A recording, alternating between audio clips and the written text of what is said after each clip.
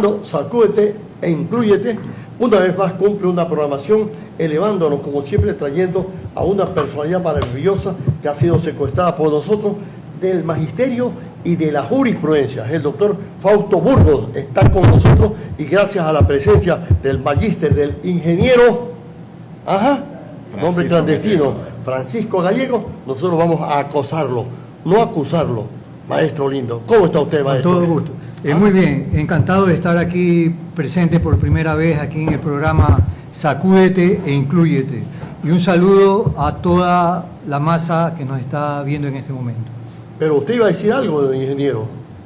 Sí, yo también quiero expresar mi satisfacción de compartir con ustedes estos minutos que espero que sean de muchísimo valor para aquellos ciudadanos que nos tengan la oportunidad de ver este programa. Y usted verá que de entrada arrancamos con algo que nos produce Pedrito Roldán, que es un comunicador tremendo y productor de este programa, con El Maestro de Pachi Andión. Debía ser un himno en todas partes del mundo y ahora está con nosotros. Sonido. Con el alma en una nube, en el casino del pueblo, nunca le dieron asiento por no andar politiqueando, ni ser portavoz de cuentos. Las buenas gentes del pueblo han escrito al ministerio y dicen que no está claro cómo piensa este maestro. Al explicar cualquier guerra, siempre se muestra remiso por explicar claramente quién venció y fue vencido.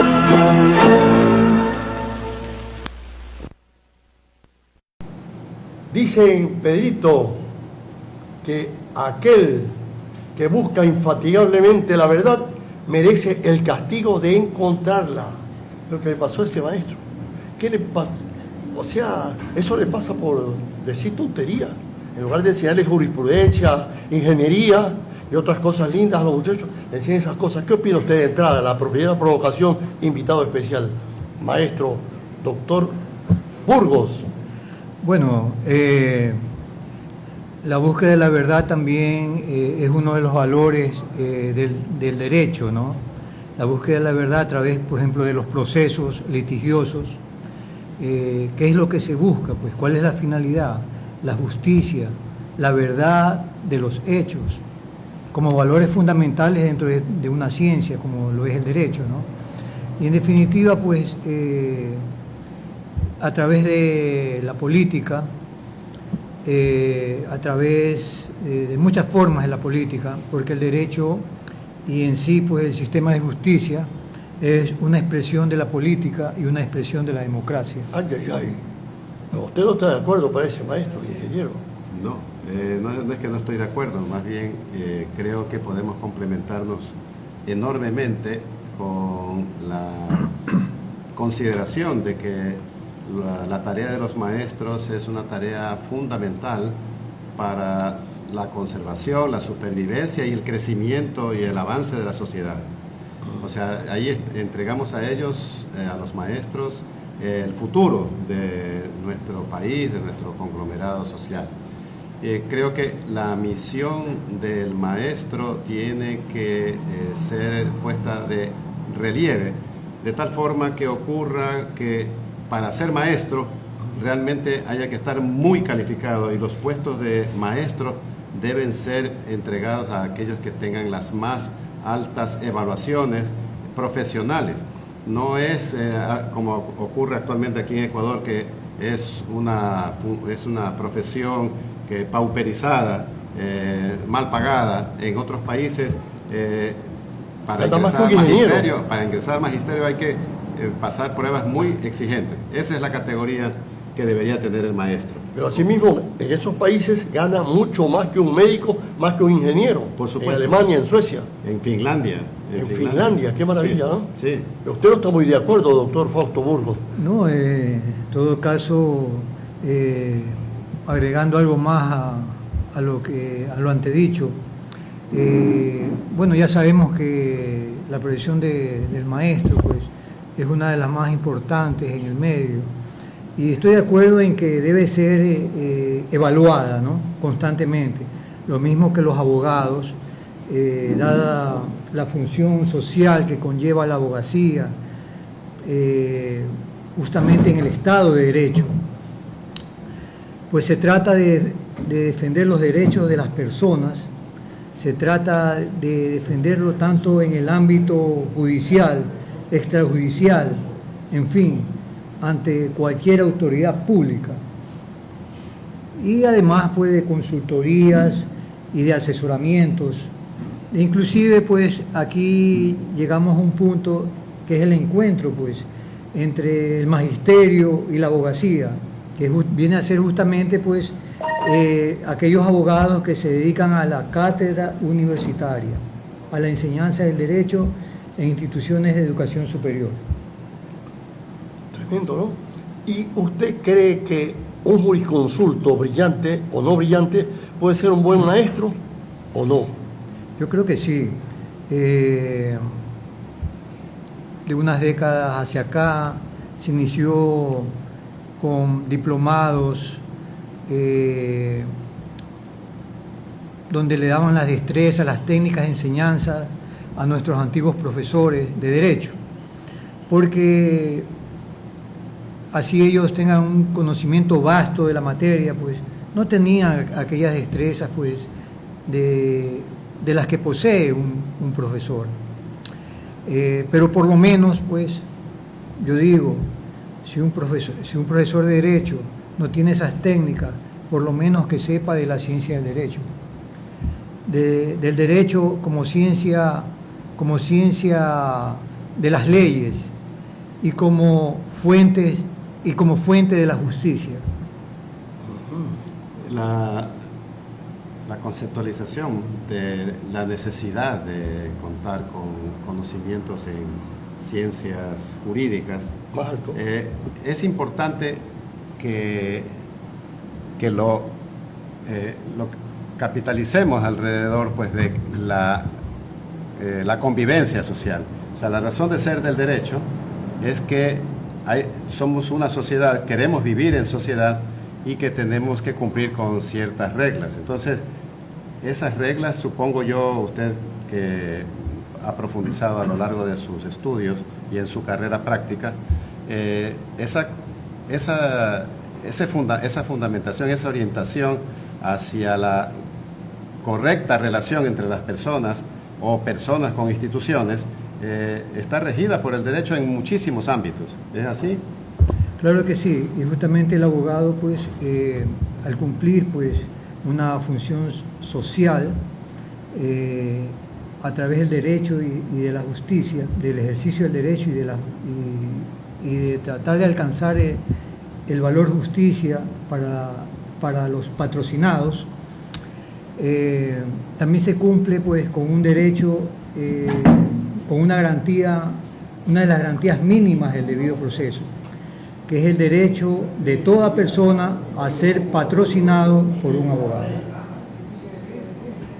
Entonces, desde ese punto de vista, pues, además, pues, el abogado, pues, cumple con una profesión altruista, porque a su patrocinado, al resolverle el problema legal, no solamente le está resolviendo un problema, le está ayudando en su vida personal, está mejorando su vida personal. ¿Qué pasaría si no hubieran leyes? Es una gran pregunta, ¿no? Es una pregunta clave, porque al no existir pues un Estado de Derecho, pues esto sería el caos, no habría justicia, pues, o sea, el nivel de justicia incipiente sería el de la venganza, un sistema de venganza, un sistema que nos atrasaría como sociedad, nos regresaría a la sociedad esclavista posiblemente, ¿no? Aquello de las primeras civilizaciones, y del ojo por ojo, del diente por diente. Entonces, lo cual nos llevaría al caos, y lo que sería peor, pues, podría devenir pues al no respetar pues las reglas legales y el sistema de justicia, pues nos llevaría esto posiblemente a una guerra civil. Ay, ¿no? Y entonces usted aquí entre nosotros, en intimidad, porque yo soy una tumba con parlante, ¿por qué estudió jurisprudencia usted? Desde muchachito le gustó, usted aparte de haber sido tirapiedra, después le gustó el derecho, ¿por qué? Bueno, no tuve, pues, digamos, la dicha de haber lanzado piedras. Me hubiese gustado, ¿no? Porque sí estuve en contra de muchas situaciones adversas, pues, antidemocráticas. Pero, o sea, me incliné abracé esta carrera por cuanto es una profesión, es una rama, el derecho es una rama de las ciencias sociales, ¿no? Es imperfecta, está sujeta a interpretaciones, no es una ciencia exacta, al contrario, pues es inexacta, es una carrera clásica, pero esto es casi inabarcable el derecho. Dedicarse a una sola rama es muy difícil, ¿no? Manejar una sola rama del derecho, por ejemplo, dedicarse al derecho civil, al derecho penal, al derecho laboral. No se puede subestimar ninguna rama, ¿no? Así sea derecho de familia, sea cuestiones de alimentos, de divorcios, todos tienen su valor, pues, y su nivel científico. Pero en todo caso, pues, una sola rama es bastante difícil de manejar y de dominar. Y aquel abogado que dice, pues, yo soy penalista, yo soy constitucionalista, no creo que debe ser así, porque es el conglomerado social el que tiene la palabra en ese punto, ¿no? Es una ciencia social, para mí las mejores, requiere mucho estudio, requiere estudio diario. Dice Miguel Carbonell que por lo menos hay que dedicarle 5 a 6 horas de estudio diarios si uno quiere alcanzar cierto nivel de excelencia, lo cual es bastante complicado. La verdad es que las ciencias en general pues tienen una clasificación, subclasificación, en cada una de sus ramas tiene, digamos, una forma de ir abordando determinadas áreas o problemas. En el caso del derecho, tengo entendido que aquí en Ecuador hay una cantidad enorme de ramas, o sea, está el derecho laboral, el derecho civil, penal, está el derecho electoral, el derecho de familia. Derecho de pernada. Bueno, hay bastantes ramas del derecho, ¿no? Sería interesante que usted nos comparta de todas las ramas que existen en el derecho, ¿cuáles son aquellas con las que usted se ha familiarizado más? Bien, en mi caso particular, me he dedicado al derecho penal, especializándome en el derecho penal. Es una de mis líneas de trabajo.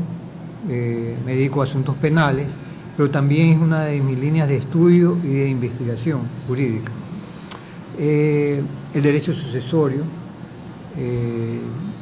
también me dedico a esa línea de trabajo.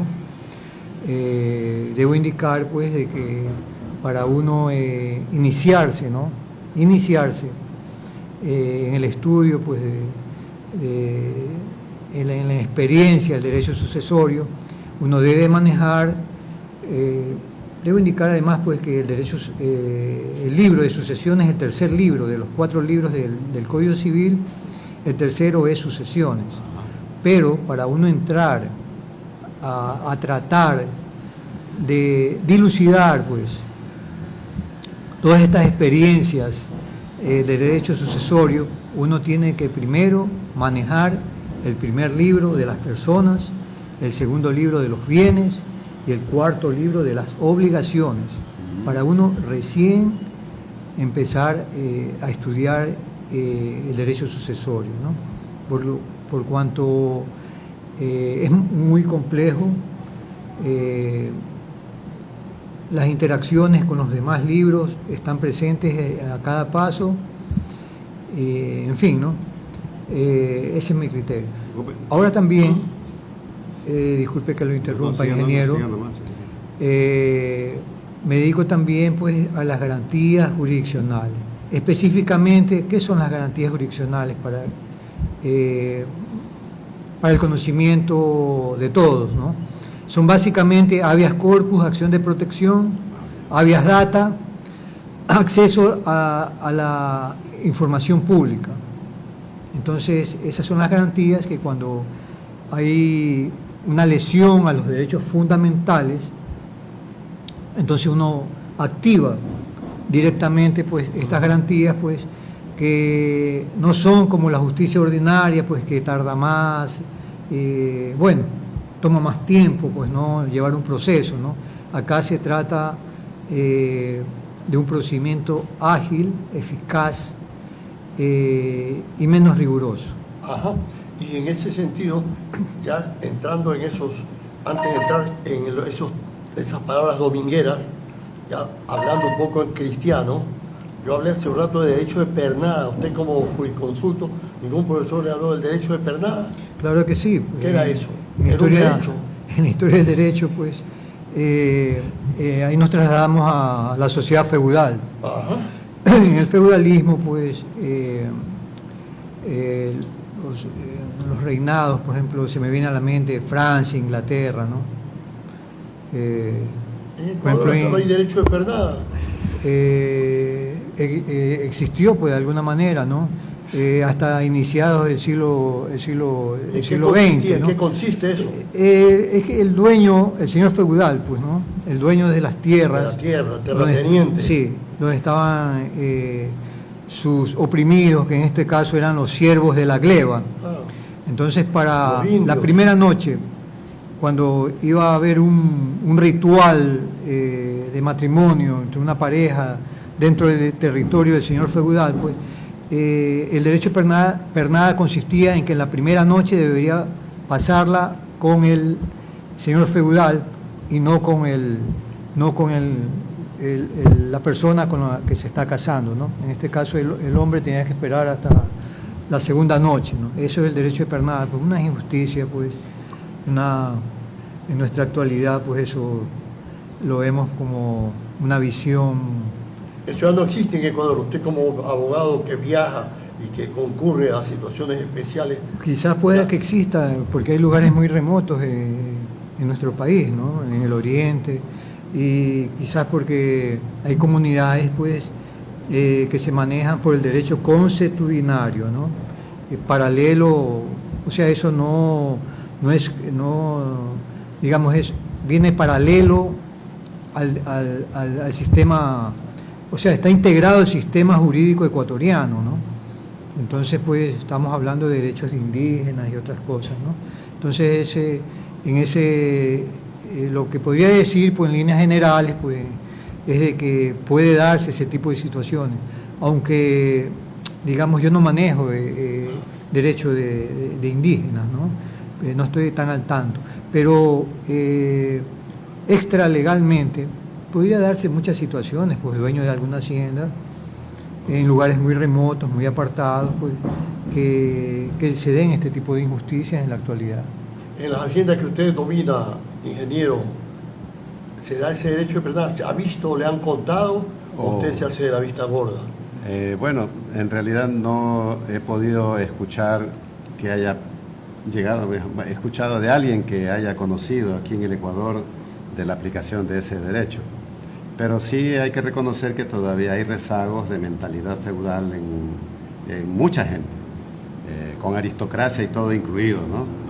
Pero me parece muy interesante lo que nos estaba contando nuestro querido interlocutor en relación a, por ejemplo, las garantías jurídicas o jurisdiccionales.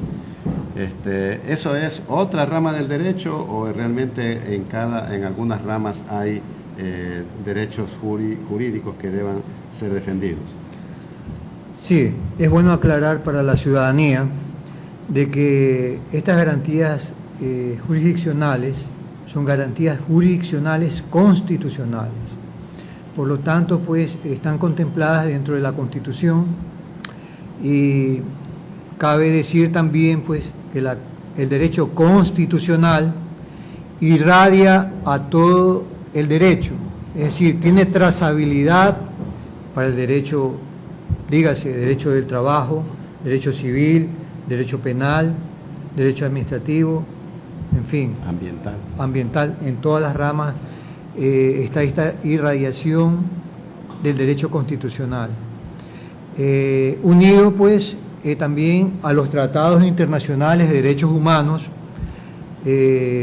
con lo cual, pues, se forma el llamado bloque de constitucionalidad, es decir, la Constitución y los tratados de derechos humanos, los tratados internacionales de derechos humanos, ¿no? Los dos forman el bloque de constitucionalidad. Es decir, lo más cercano a nosotros, pues, es el Pacto de San José, ¿no? O la Convención Interamericana de Derechos Humanos, ¿no? Lo más cercano a nosotros. También, pues... Toda esa experiencia jurídica suya, ¿cómo la adquirió? ¿Usted recuerda algunos mentores, algunos catedráticos que han sido sus maestros y que le hayan prodigado, inyectado de alguna manera ese amor que usted profesa, no solamente por el derecho penal para defendernos a los delincuentes, sino también otras áreas? ¿Qué profesores recuerda usted? ¿En dónde estudió usted?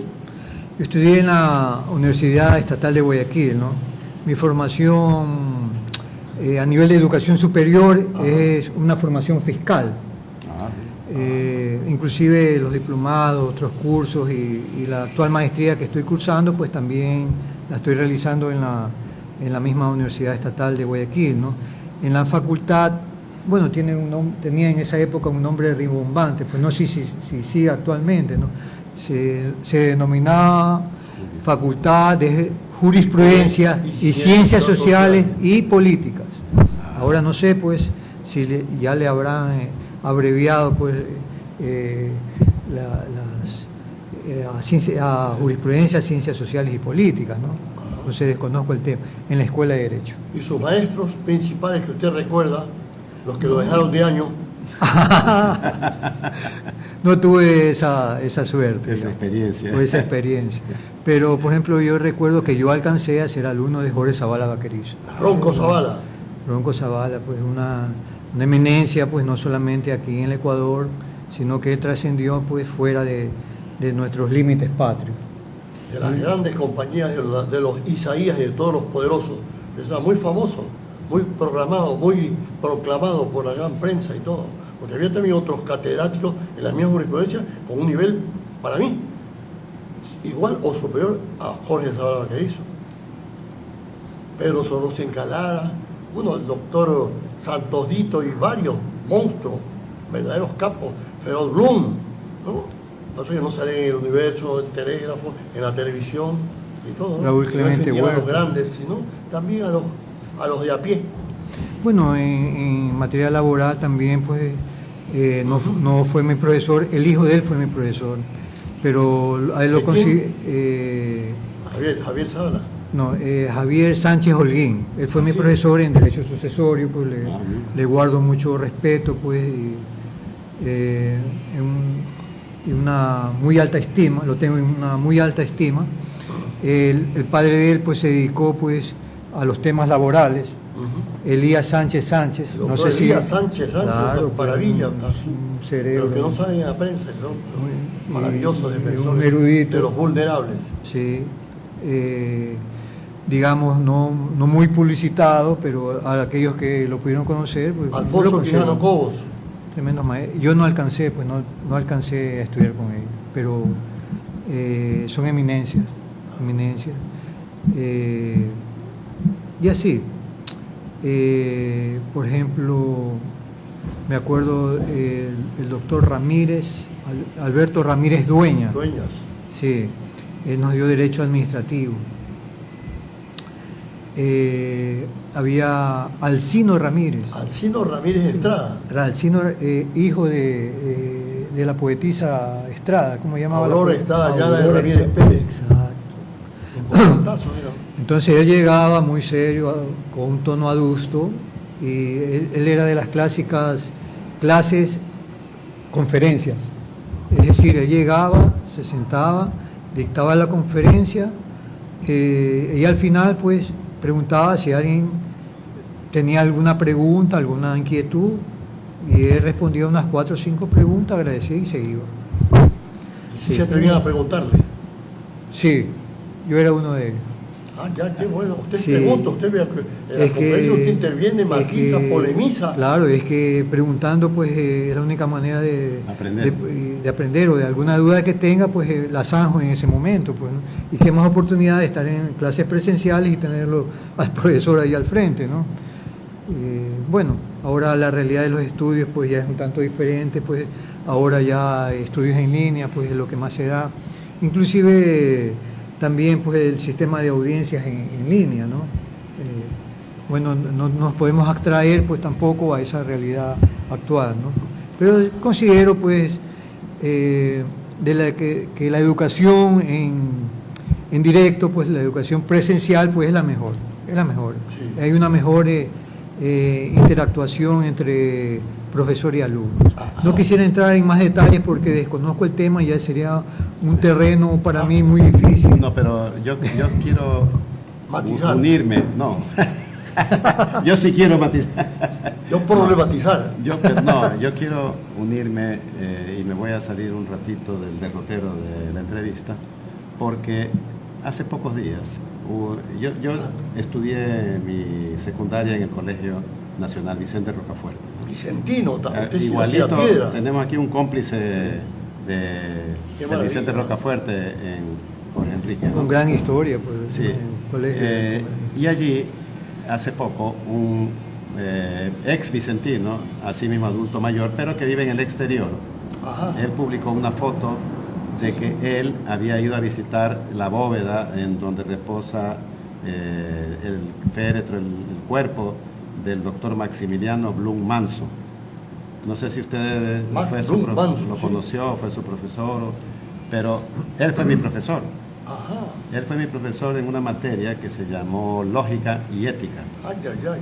¿Ya? Y él utilizaba un librito de Gregorio Fingerman, Fingero. que eran lecciones de Lógica. lógica, digamos, ¿no? Y él nos enseñó en las clases pues, una serie de cosas que en su momento me llamó la atención, pero yo no tenía idea de lo que venía después, cuando ya en las carreras de ingeniería, pues uno tiene que tropezarse con matemáticas y uno tiene que hilvanar los razonamientos, pero siguiendo una secuencia lógica. Entonces lo que él nos enseñó realmente en ese momento resucitó. Imagínense, un abogado enseñando cosas que yo voy a usar después en una carrera de ingeniería sin que ninguno de los dos sepamos que eso iba a pasar. Entonces, cada vez que pasaba el tiempo, yo iba justipreciando, iba valorándolo a él, y he terminado, pues, él ya falleció, pero he terminado, digamos, aumentando, incrementando mi aprecio y mi agradecimiento por él. Él no era un profesor que buscaba ser aclamado o que buscaba ser admirado. Él simplemente daba su clase, era circunspecto, pero lo que uno puede apreciar después con los años es el valor de las cosas que nos transmitió, esos valores que yo los considero fundamentales para mí. Entonces quería expresar esa gratitud, así como usted ha hablado de sus maestros en la universidad, hacia este maestro, con la coincidencia que también fue un abogado, ¿no? El doctor Maximiliano Blum Manso. Lo he mencionado a él.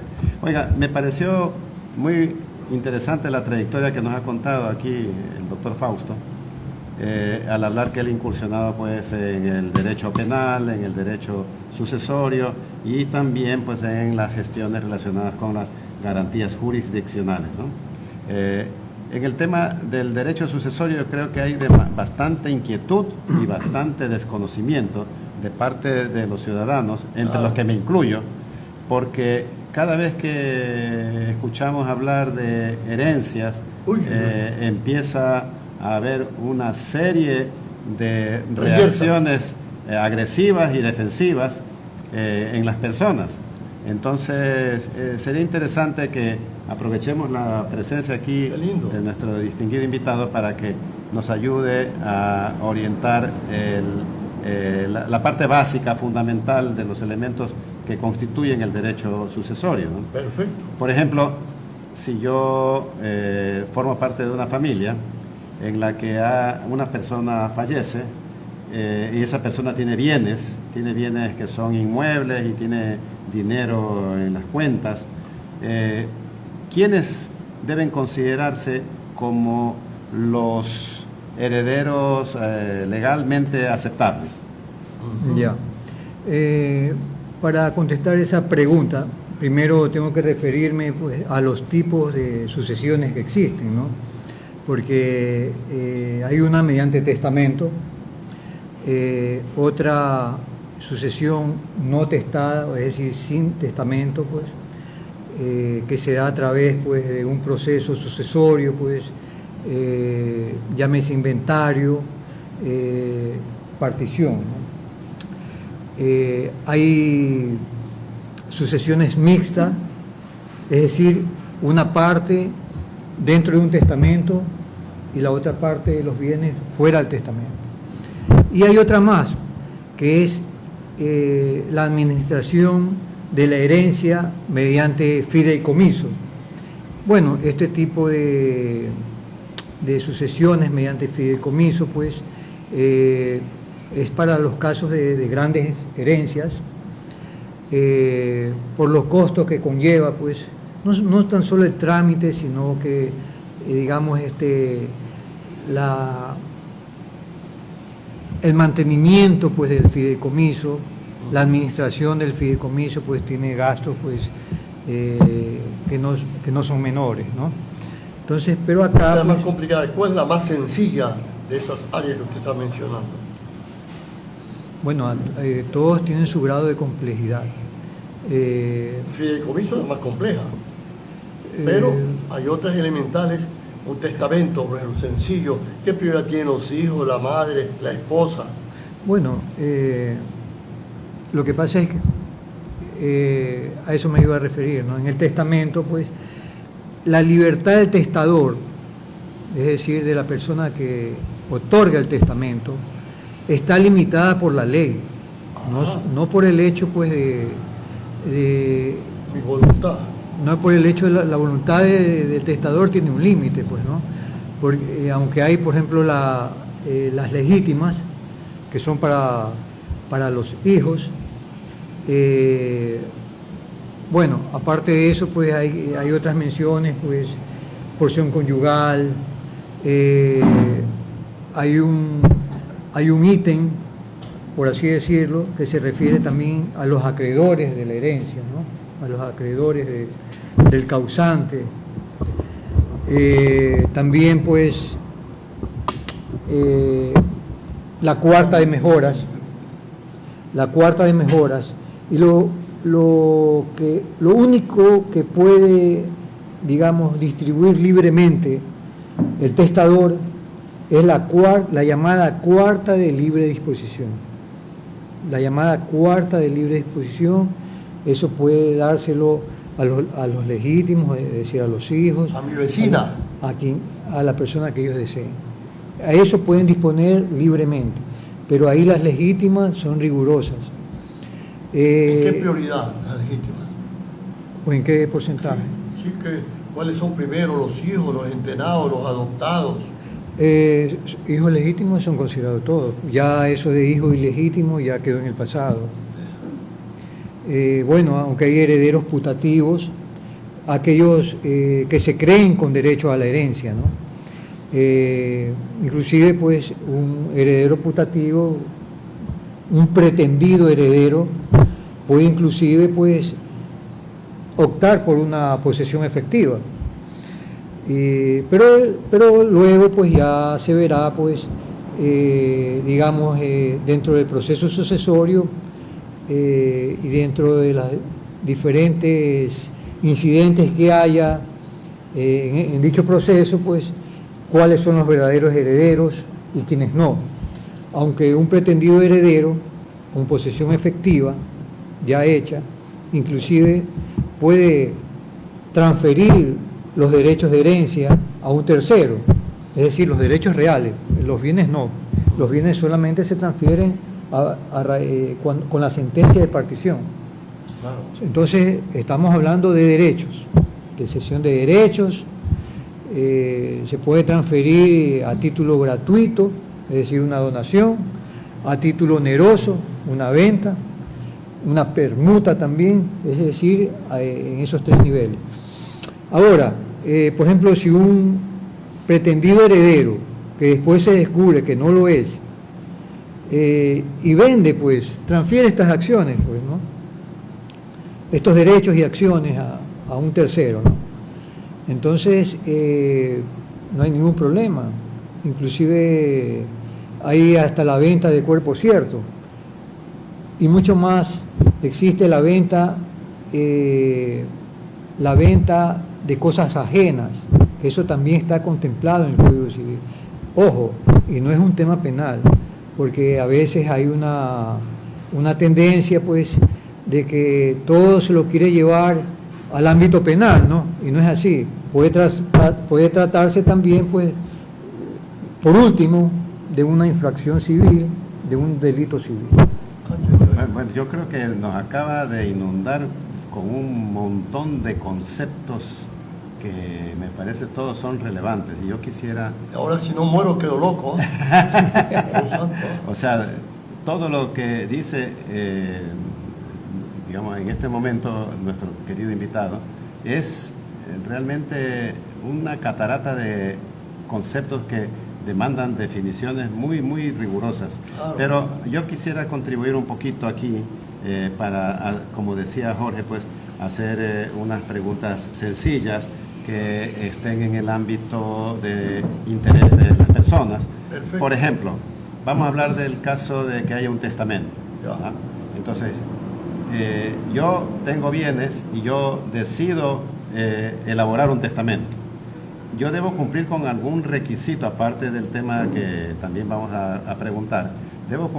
Este testamento, para ser válido, tiene que cumplir con alguna formalidad establecida en la ley, o simplemente se puede escribir, se firma y ya terminó allí de existir el testamento. O sea, ya con eso es suficiente. Ya, es decir que en principio usted, digamos, le puede dejar sus bienes al guardia de seguridad, ¿no? De la casa, qué sé yo, ¿no? A cualquier persona. A Segundo González. Ya, también. Pero ahí lo que les deja es un problema a los herederos, ¿no? Porque el testamento, pues, está sujeto también a acciones como reforma y como nulidad. Por ejemplo, si usted se pasa, por ejemplo, la rigurosa, la asignación rigurosa, digamos, a los hijos es el 50%. La rigurosa. Pase lo que pase. Ya, el 25% de libre disponibilidad y el otro 25% de la cuarta de mejoras. Es decir, que ese 25% usted puede mejorar a las asignaciones rigurosas, ¿no? Y el otro 25% puede donarlo a la beneficencia. ¿Y la viuda? Nada hay. ¿No menciona la viuda? No, sí. Ella tiene el 25%, pero esta es una deducción previa. Es decir, no está dentro de la masa partible. Es decir, dentro de la masa, el acervo bruto, o la masa bruta anterior a la masa partible. Es decir, de ahí hay unas deducciones previas, como en el caso de porción conyugal, en el caso de deudas, a los acreedores también, pues, hay que enlistarlos, pues, y... perdón, para que yo entienda, aquí está el 100%. De ahí queda el 100%. Entendía que de ley, pase lo que pase, caiga quien caiga, los hijos tienen que dar una parte y la viuda también. ¿Ah? ¿Cómo es eso?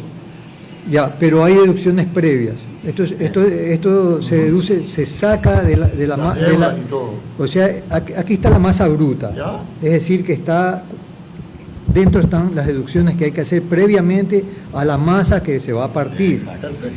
Es decir, ahí sacamos la porción conyugal. 25%. El 25%. O sea, supongamos en números.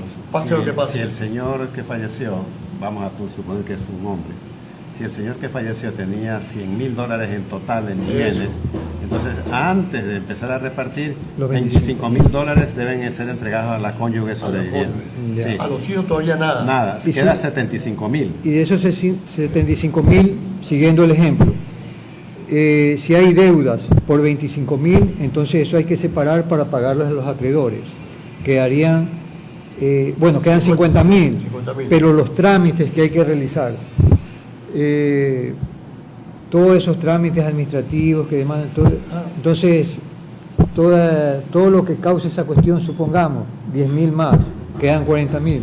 Eso sería la masa partible. Ah. De ahí tomamos el 50% de la asignación rigurosa, el 25% de cuarta de mejoras para mejorar el nivel de herencia, y el 25% restante que viene a ser de libre disposición. ¿Y qué pasa con los hijos? Entonces no entendí yo nada. Los hijos tienen asegurado el 50%. 50% de lo que 50%. queda. De lo que queda. Sí. De lo Sí, que queda. de lo que queda. De lo que De la queda. masa que se va a O sea partir. que a veces la viuda puede coger más que los hijos. Claro, puede ser.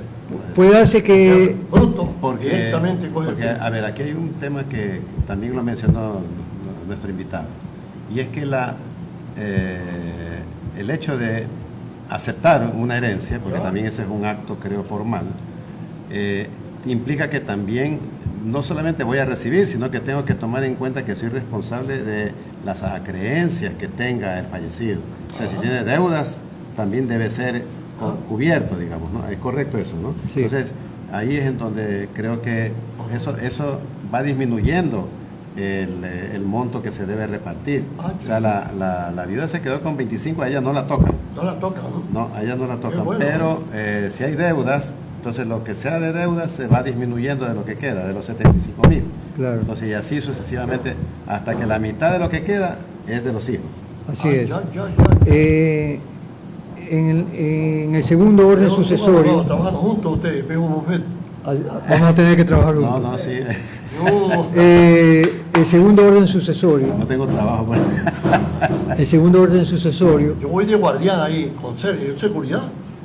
Seguridad seguro. muy interesante. Seguro mató a confianza. Por ejemplo, en el segundo orden sucesorio, Ya. dentro de los órdenes sucesorios, cuando no hay hijos, ingresan los padres, pues, y el cónyuge, ¿no? O el conviviente, porque los mismos derechos hay que recalcar esto. Unión libre, que llaman. Sí, los mismos derechos del cónyuge los tiene el conviviente o la conviviente. Pero tiene que esa conviviente tener una relación documentada, me imagino. Probada, ¿no? Me refiero, tiene que haber un documento que habla de que están en unión de hecho, aunque no se han casado, pero Sí. que están viviendo juntos. ¿Hay algo de eso en el Sí, derecho?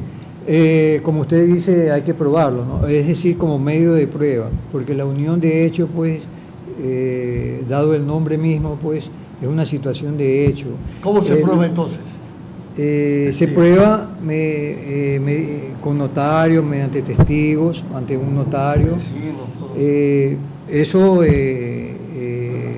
ante mortem, digamos, ¿no? O sea, antes de morir, ¿no? Van los Porque dos. también hay post-mortem, ahí la acción de unión, de hecho, después de que muere uno de los convivientes, ¿no? Claro, ese es otro tema, ¿no? Pero la sentencia, pues, sería el medio probatorio de esa unión de hechos, ¿no?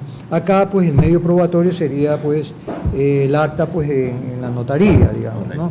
Pero ese es medio de prueba. Entonces, eso era nada más era porque había una pregunta con relación a la masa que se va a repartir. Sí, sí, sí. Entonces entra la esposa con el cónyuge sobreviviente con la que tuvo un matrimonio civil, y también la unión de hecho es la que se reconoce, ¿no? Claro. Entonces viene este caso del ingeniero casado, pero lo separaron porque lo pescaron infraganti, y él tiene una conviviente hace 10 años, no vive con la esposa, no recibe nada la conviviente en caso de que lo ejecuten. A él, Ya, en ese caso hay una relación matrimonial, ¿no? ¿sí? Ya. Legal, Y No hay divorcio. ya, no hay divorcio, perfecto. pero vive con otra mujer Entonces, que además tiene no- hijos con esa mujer. no reúne los requisitos. No reúne los requisitos porque hay un matrimonio. Acá se requiere, pues, para ser unión de hecho, para que sea unión de hecho, de una relación monogámica, por más de 2 años. Socialmente, digamos, que cumplan, digamos, socialmente, ¿cómo le podría explicar? Ante la vista de la comunidad, pues, vecindario. sí, Vecindario. se han visto como marido y mujer, digamos, Claro. ¿no? Se han visto como marido y mujer. Entonces, al ser, pues, una relación, pues, digamos, con un matrimonio acá y una relación, digamos, que no cumple, pues, con los requisitos, pues.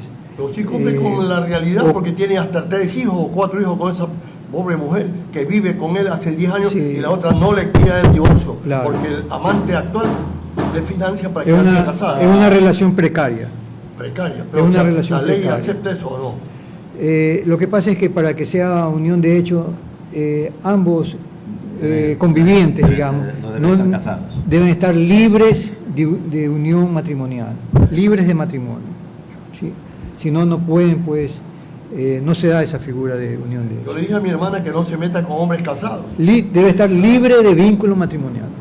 Bueno, Libre de- entonces, en la parte del testamento hay esa aclaración, esta valiosa información que nos ha dado, de que la voluntad del testador está sometida a unas limitaciones estipuladas en la ley, en el Código Civil, supongo que Sí. es así. Y no es que libremente puede disponer de cualquier parte de sus bienes y regalárselos a quien él quiere. No es así. Hay unos derechos que no se pueden tocar, son intocables. Y nos ha explicado en este momento la parte del 25% de la esposa, la masa que queda luego de hacer los débitos, los descuentos que correspondan realizar y cómo se repartiría esa.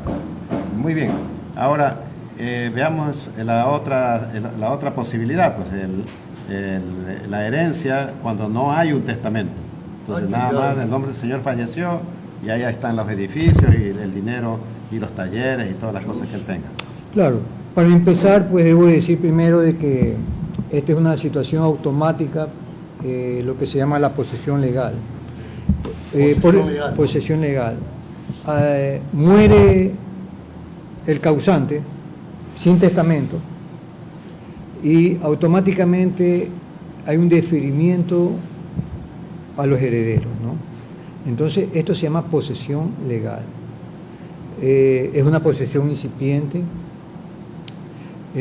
no es como la posesión material, digamos, que usted posee un bien dentro de una herencia o fuera de una herencia, usted puede ser poseedor de un bien, ¿verdad? En general, entra en posesión material, pues, vive ahí, siembra, hace las veces de señor y dueño, es decir, el ánimo de señor y dueño, ¿ya? Y el corpus, es decir, usted está en la posesión material, ánimos más corpus. Ahora, existe la posesión efectiva, que ¿Es diferente de la posesión legal? sí, la posesión efectiva supera a la posesión legal porque usted con la posesión efectiva puede disponer de los derechos reales sobre un bien, de los derechos, no sobre el bien, de los derechos, sobre un bien o sobre una cuota del bien. Claro, Puede ser una pueden hacienda, dar herederos, sí, o puede ser un edificio. un edificio. Ya, pero por ejemplo usted, pues, un piso, digamos, ¿no? Son 6 hermanos, hay 6 pisos, un piso, usted coge y esos derechos Yo tengo reales de derechos herencia, sobre el piso, un piso. en el ejemplo, usted coge los derechos de ese piso, los vende, los regala o los permuta. ¿Ya? Entonces, los derechos, eso se inscribe, la posesión efectiva Bueno, hay criterios de colegas, pero yo soy de la opinión de que eso necesariamente debe inscribirse, porque el heredero, al tener este derecho de herencia, necesita una inscripción previa para poder transferir, porque la historia de dominio debe salir, pues, ¿no? Esto viene de tal persona por posesión efectiva, como un registro previo de inscripción. ¿Quién da ese registro previo? La posesión efectiva es la que otorga ese registro previo en cumplimiento, pues, con lo que dicta el Código Civil, de que para que sea transferido un derecho real debe haber una inscripción previa. Entonces, para esto sirve en la práctica la posesión efectiva, para disponer de los derechos sobre un bien y poderlos vender, regalar, etc. O sea, ya lo puede vender. Los derechos. Los derechos. Los derechos. Es decir, Pero, a ver, yo tengo posesión efectiva de este bien. ¿Ya? Y yo luego digo, te voy a vender los derechos de este bien, Este papel. pero no es el bien el que se está vendiendo. no. ¿Ya? Y El entonces, papel, ¿a qué el derecho.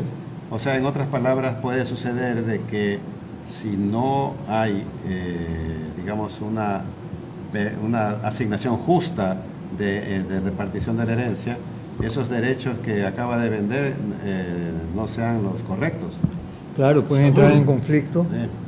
pueden entrar muchas veces a estos problemas. Yo soy, por ejemplo, partidario de la venta de cuerpo cierto, ¿no? Porque también en oposición pues está la venta de la suerte, que dice la ciencia jurídica, ¿no? Que es una venta incipiente, es una venta que no da garantías. Claro, Es decir, una lotería. es la venta de la lotería, graficándolo de mejor forma. Pero una venta de cuerpo cierto, pues, es un tanto distinta, es mejor, porque, por ejemplo, al tratarse de un predio, pues, están los puntos cardinales, las dimensiones. Al norte colinda con el predio de fulano de tal, tantos metros, es decir, está especificado. Entonces ahí hay una venta de cuerpo cierto. Entonces esto es inscribible también, esto debe inscribirse en el registro de la propiedad. Y no es la venta, pues, digamos, incipiente, la venta, como le decía, a la buena de Dios, la venta de la suerte, ¿no? Entonces, porque no hay garantías de lo que va a recibir en realidad. Entonces eso no viene a ser recomendable. Ay, dicen que Dios perdona, el tiempo no. Otros plantean más vulgarmente como yo, plátano maduro no vuelve verde, tiempo que se va y no vuelve. Yo quiero solamente dos inquietudes relámpagos que también yo sé que con la capacidad suya nos responderá. Una es que hace décadas estaba incluso en el derecho, estaba estipulada en la ley, que un marido podía matar a su mujer si la pescaba infraganti por adúltera, o es cuento eso. Bueno, lo que no le podría contestar, pero en la actualidad pues eso se reconoce como feminicidio. Que es actualmente, O estoy hablando que femicidio. jurídicamente a los años 40, 50, mataba y no pasaba nada. Mataba el marido a la mujer. Bueno, investiguemos después, yo estudié esa cuestión. Mi padre era jurisconsulto, el doctor Humberto Miranda Miranda, y estudiamos ese caso. Segundo, que es más fácil, a ustedes los obligaban a ir, el doctor Zavala, todas esas luminarias, a que vayan, aunque se mueran de hambre, sin zapatos, pero con leva, con terno, con corbata, a entrar a la clase. ¿Sí o no? No. Yo ya fui en la época que había libertad de O sea, vestimenta, cuando luchamos ¿no? por la suspensión de examen de ingreso. Pero antes, que eran los dueños esos, me recuerdo cuando impusimos nosotros a base de huelga, lucha y muertos que nos masacraron los dueños de la universidad y los dueños del poder de turno, entonces, sí imponían eso. Me acuerdo cuando ya impusimos nosotros el triunfo, nuestro rector, doctor Zafadi, después de fenestrado por una de las tantas dictaduras de este pobre país, iba él, actos ya a la propia jurisprudencia, con Guayabera, con ropa normal, y lo miraban los propios abogados pseudo izquierdosos con cara de suegro. Y todo. Pero eso, revisemos esa cuestión. Su época no era así, pero sí, obligaba ahí toditos los popes, las luminarias, los adorados por ustedes. Bueno, dado el clima nuestro, pues no, un clima tropical,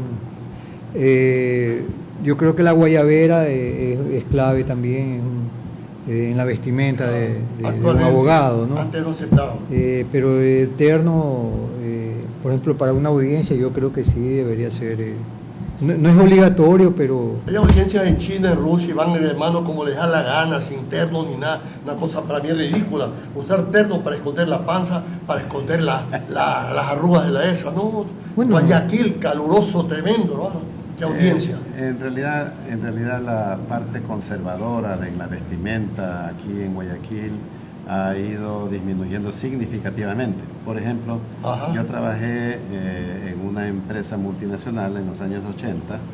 que desde antes ellos tenían la norma de vestimenta, la regla de vestimenta que eran de tecnología de la información, saco, corbata a todos los clientes. Entonces, pero los bancos, Guayaquil empezó a cambiar. Ajá. Y los clientes ya no todos vestían así, pero teníamos los bancos y teníamos que seguir usando por los clientes que eran los bancos. Pero ahora yo me he dado cuenta que hay bancos en donde ya los empleados no se visten con saco y corbata. Va cambiando esto.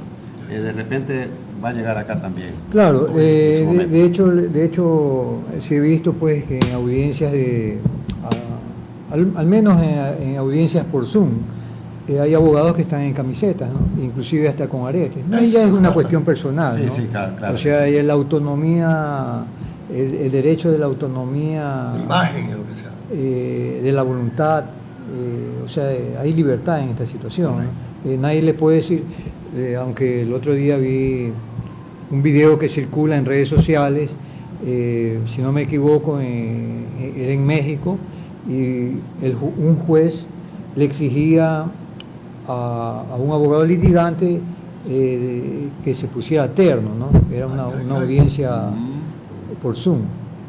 Pero el abogado pues le explicó pues las razones constitucionales y siguió, digamos, el